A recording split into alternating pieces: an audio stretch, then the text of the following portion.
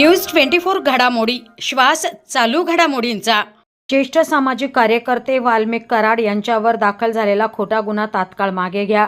शेवगावचे police निरीक्षक समाधान नागरे यांना दिले निवेदन। ज्येष्ठ सामाजिक कार्यकर्ते वाल्मिक कराड यांच्यावर दाखल झालेला खोटा गुन्हा तात्काळ मागे घ्या अशी मागणी शेवगावमधील भाजपाचे प्रदेश सरचिटणीस अरुण मुंडे व राष्ट्रवादी युवकचे जिल्हा अध्यक्ष नंदू मुंडे यांच्या नेतृत्वाखालील शिष्टमंडळाने शेवगावचे पोलीस निरीक्षक समाधान नागरे यांना आज शनिवार दिनांक 14 रोजी लेखी निवेदन दिले आहे।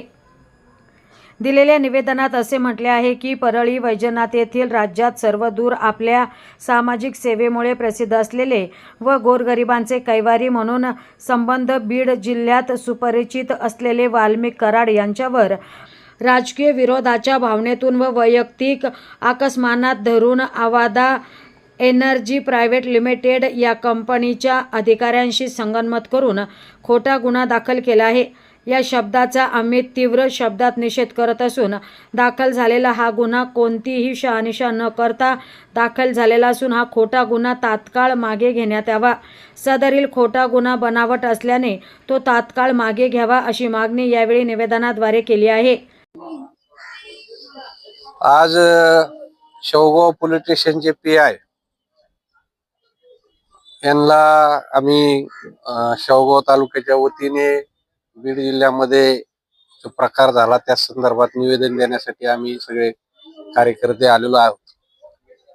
बीडमध्ये देशमुख सरपंच ज्यांची हत्या झाली त्याचा पहिल्यांदा निषेध व्यक्त करतो, क्योंकि समाजामध्ये अशा काही घटना घडल्यानंतर निश्चित ज्यांनी हा प्रकार केला त्याच्यावर कडक शिक्षा झाली पाहिजे याची मागणी आम्ही करतो आणि त्यांच्या कुटुंबाला आणि त्याला न्याय भेटला पाहिजे ही भूमिका आमची आहे आणि ती राहणार आहे।